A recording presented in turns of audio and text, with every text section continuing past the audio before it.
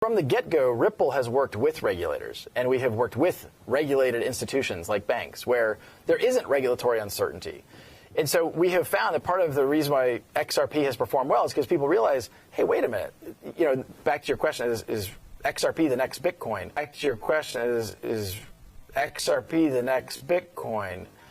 If we work with the system to solve this problem, and we can solve that problem at scale, a problem measured in the trillions of dollars, then there's a lot of opportunity to create value in XRP. Competition because it requires capital to get it there. Our view in the future is you don't have to have this pre-funding, and instead you can use a digital asset to have global liquidity on demand. Now, we build upon a tech stack, an open source technology called XRP.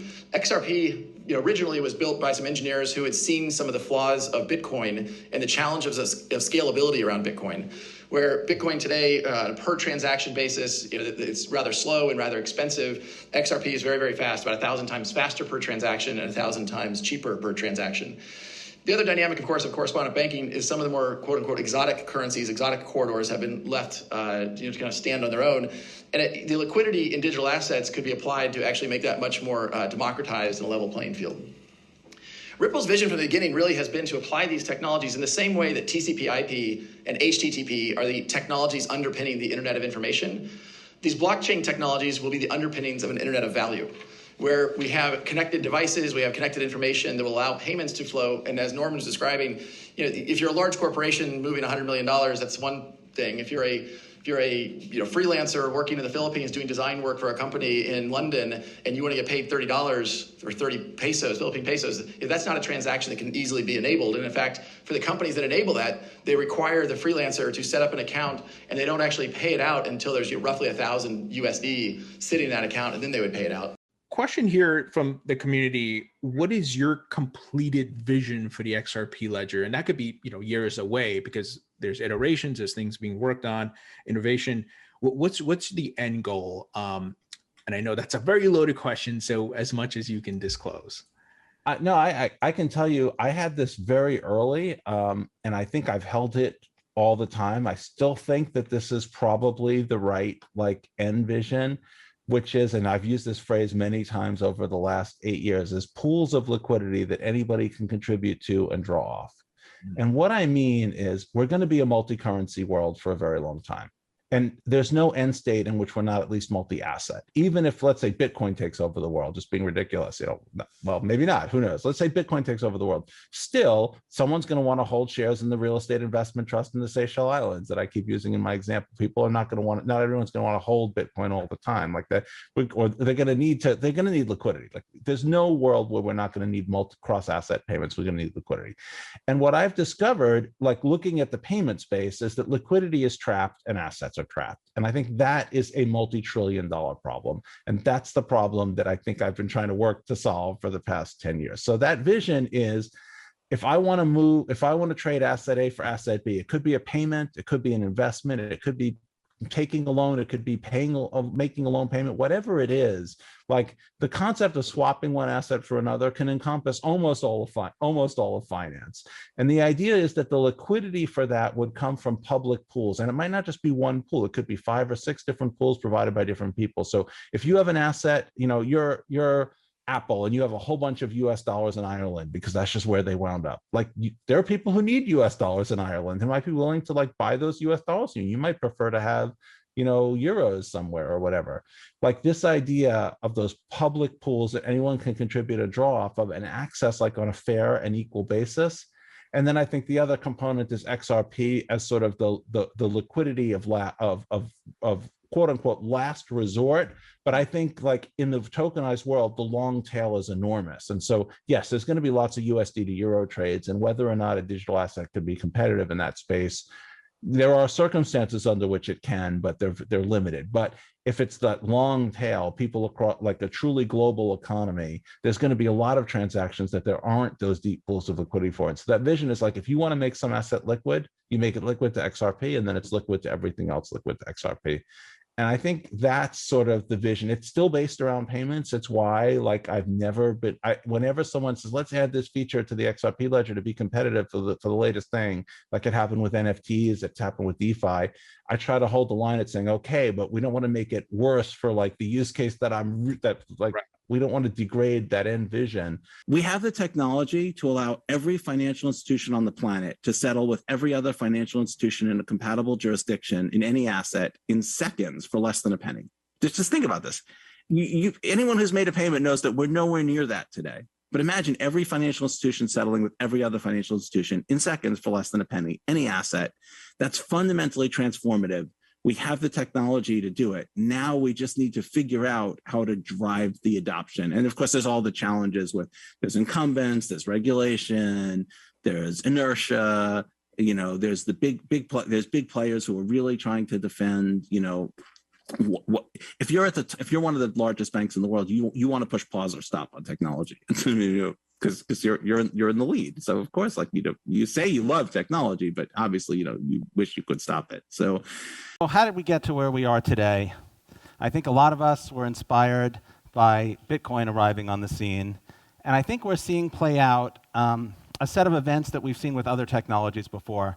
When the car first came on the scene, there was the Ford Model T, and it was just a car that just one product.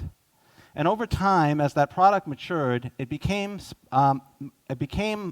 modified to be specific to different use cases. We had trucks to carry heavy goods, sports cars, and we had lighter vehicles, and a whole broad array of products, all aimed at the same technology, but aimed at different use cases. And I think we're seeing the same thing today. We have this new technology, blockchain, and we have all of these different use cases that people want to apply that technology to: payments, securities, reconciliation, trade finance.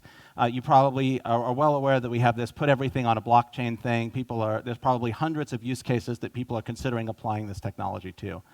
But one of the things that we noticed is that at the root of most of these blockchains is a payment. So if it's trade finance, when the trade is financed, there's going to be a payment.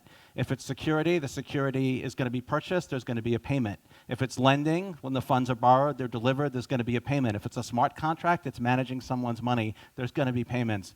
So what we observed is that the main problem at the root of all of these use cases is payments. Good payments make all of these use cases easier. Bad payments make all of these use cases harder. And we've taken on as our vision the Internet of Value. And by that I mean moving money the way you move information. If anybody has tried to move money internationally, you know that you have to be very, very concerned about all of these details. It's slow, it's expensive. PayPal doesn't interoperate with mobile money solutions. Everything is just a different liquidity silo. And our vision is to move money as easily as you send an email. And I think a lot of us thought that Bitcoin was going to do that. If you were here from the early days, we just thought, well, everybody would use Bitcoin and then all of these problems would be solved. But instead, what happened is Bitcoin became yet another silo, and now we have some 1,500 tokens, all of which are silos that don't interoperate. So what we've really done is we solved a different problem, and we reinvented the interoperability problem on a larger scale. So we need to solve it. Our mission is to reduce friction from global payments, and that's exactly what I mean by solving that problem, allowing money to move as easily as information moves. What we've seen in the market is that the demands on payments are greater than they've ever been. New corporates, companies like Amazon and Uber, need a seamless global experience to be able to pay people around the world. They need those payments to occur in real time. If you're Uber and someone needs money for milk, you want them to drive for Uber immediately. You want them to have the money for the milk that afternoon, that day, immediately. And you need certainty. Right now, a significant fraction of international payments fail, and it's a tremendously bad user experience, even when the payment succeeds, that you don't know the payment succeeded. So you have to contact the recipient, you find out that the payment went fine or didn't, you have to track it down. We don't have the kind of tracking that we really need to have. And of course, they have to be cost effective.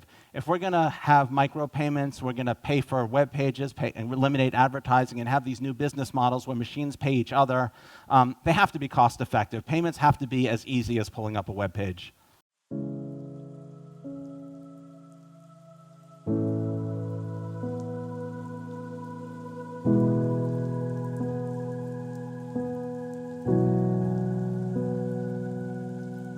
Once upon a time, the world was in the midst of a financial revolution. Cryptocurrencies had become the norm, and the traditional financial system's payment rails were becoming obsolete. But among all the various cryptocurrencies, one stood out as the clear choice to dominate the future financial system: XRP. The story of XRP's dominance began with its unique properties. Unlike many other cryptocurrencies, XRP was designed specifically for use in the financial sector. Its lightning-fast transaction speed and low transaction fees made it ideal for use in cross-border payments and remittances, and it was quickly adopted by banks and financial institutions around the world. As more and more institutions began to use XRP, its value began to skyrocket. Investors saw the potential for XRP to become the backbone of the global financial system, and they began pouring their money into it. As a result, XRP's market capitalization surpassed that of even the largest traditional banks, and it became clear that XRP was the chosen cryptocurrency to dominate the future financial system. Governments around the world took notice of XRP's dominance, and many of them began to adopt the XRPL to build their own official currencies. The benefits of using XRPL's technology to underpin their national currency were numerous. It was secure, fast, and cheap, and it could be used by anyone, anywhere in the world. As XRP continued to gain momentum, it became clear that it was not just a cryptocurrency, but a revolutionary technology that would change the face of finance forever. With its advanced features and widespread adoption, XRP ushered in a new era of financial innovation and prosperity for all. And so the world was transformed by XRP, the chosen cryptocurrency that had dominated the future financial system. It had overcome all obstacles and proven its worth, and it would continue to drive the world forward for generations to come.